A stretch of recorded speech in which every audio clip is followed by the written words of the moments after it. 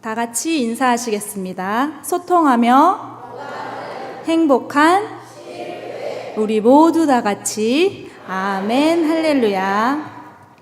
4년 전에 종영한 TV 프로그램인데 혹시 기억하시는 성도님들이 계실지 모르겠습니다. 남자의 자격이라는 방송을 보신 분 계신가요? 네, 대답을 들은 거 보니 많이들 보셨네요. 이경규, 김국진, 김태원, 주상욱 등등의 개그맨, 배우, 가수 이렇게 다양한 연예인들이 남자 연예인들로 구성되어서 함께 다양한 미션을 수행했던 프로그램입니다. 이 방송의 기획 의도는 살아가면서 한 번쯤 해보면 좋은 일, 또 해보고 싶었던 일, 해봐야 하는 일, 이것들을 의미 있게 실천하면서 남자로서 자격을 갖추어 나가고 인생을 풍요롭게 만들어 보는 시간을 갖고자 하기 위해서 이 방송이 기획되었습니다.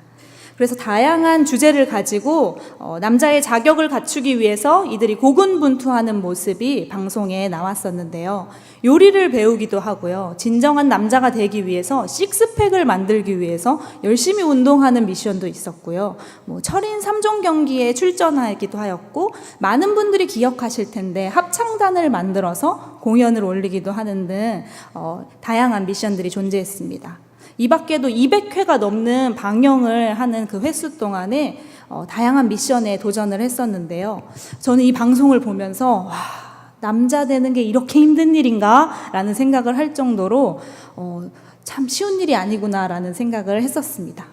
이 방송의 기획 의도를 들어가 보면요, 모름지기 남자가 이 정도는 돼야 여자에게 사랑을 받을 수 있다고 이야기를 하고 있습니다.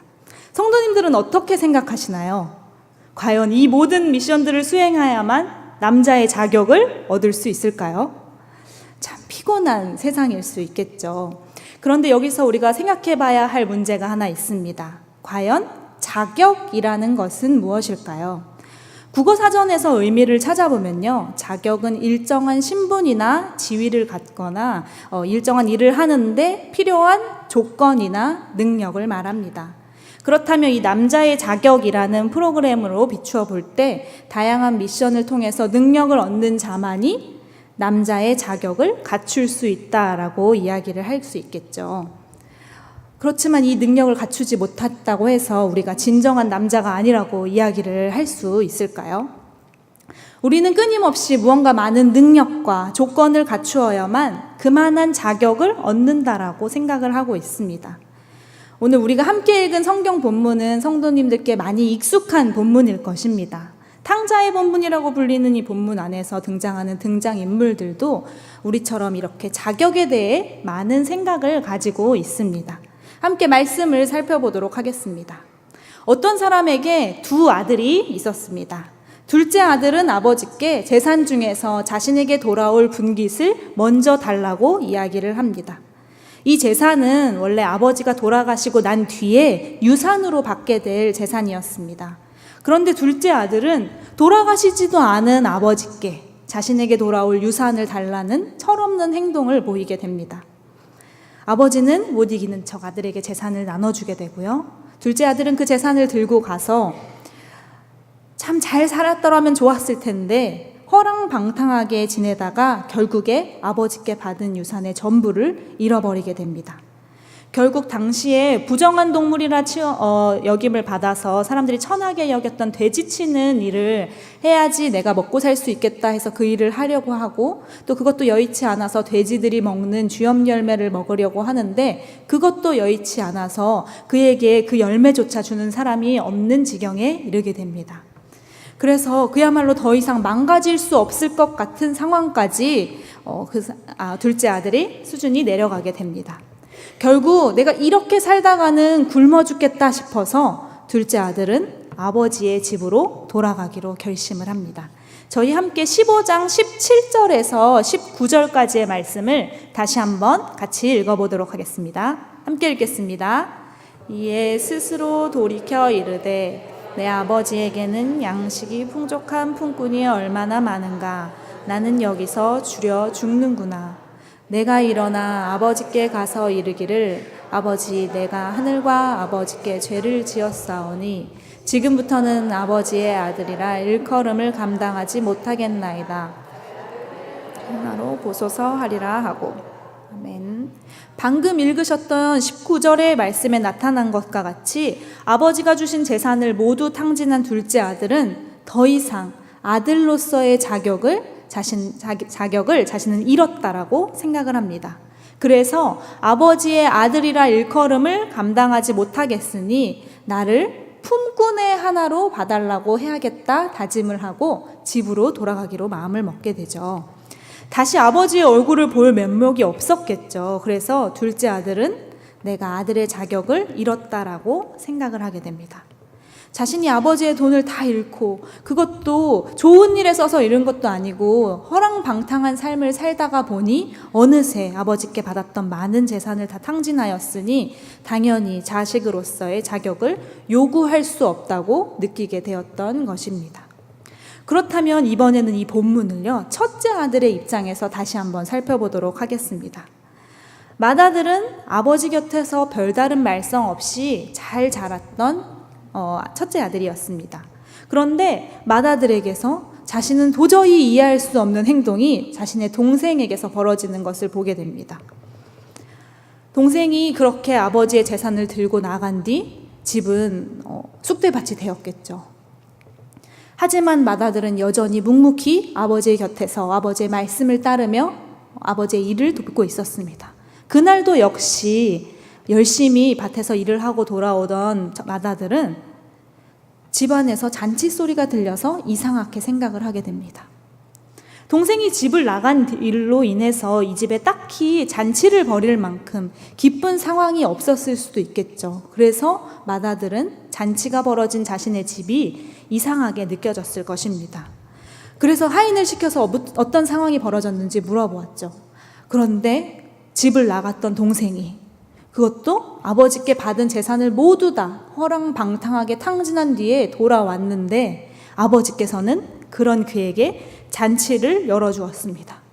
맏아들 입장에서는 당연히 화가 날 수밖에 없는 상황이었을 것입니다.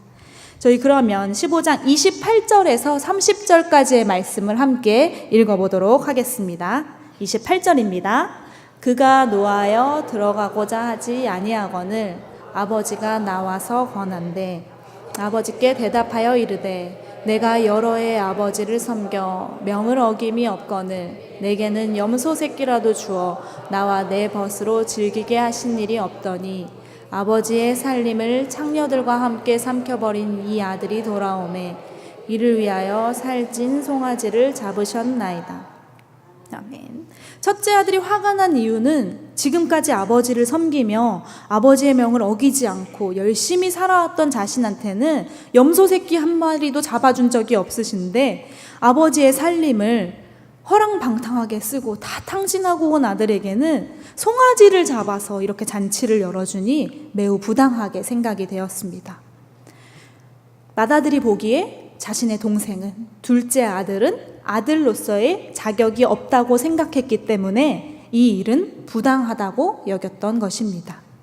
그는 아버지 곁에서 열심히 일하고 아버지의 뜻을 따르고 아버지의 명을 어기지 않았던 자신이야말로 아들이라 불릴 수 있다고 생각을 했습니다.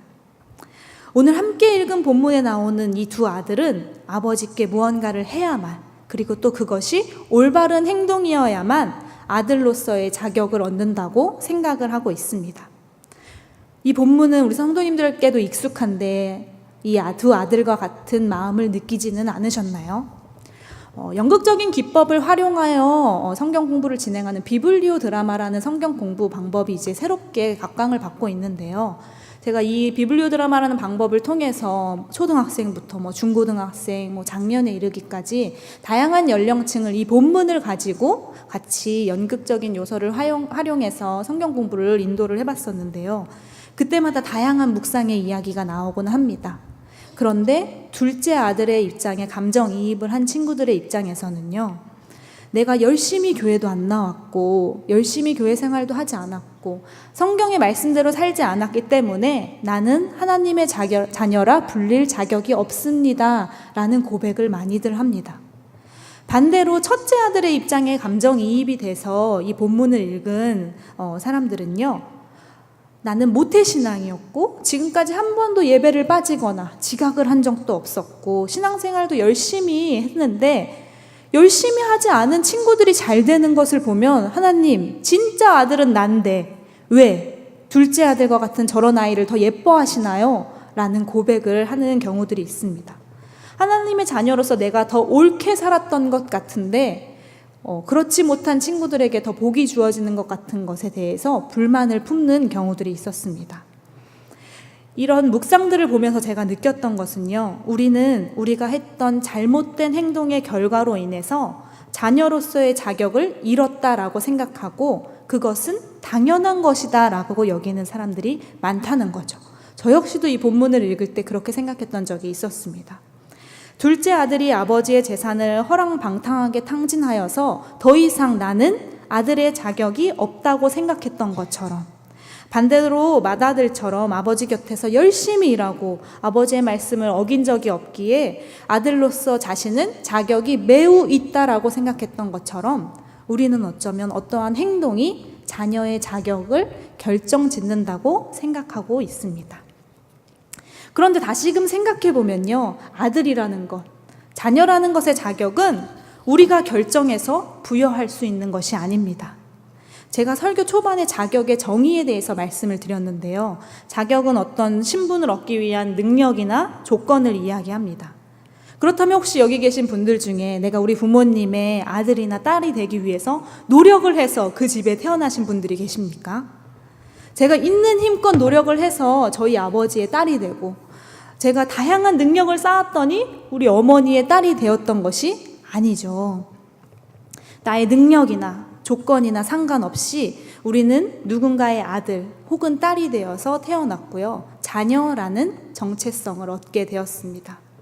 제가 부모님께 열심히 효도하면 착한 딸은 될 수 있겠죠.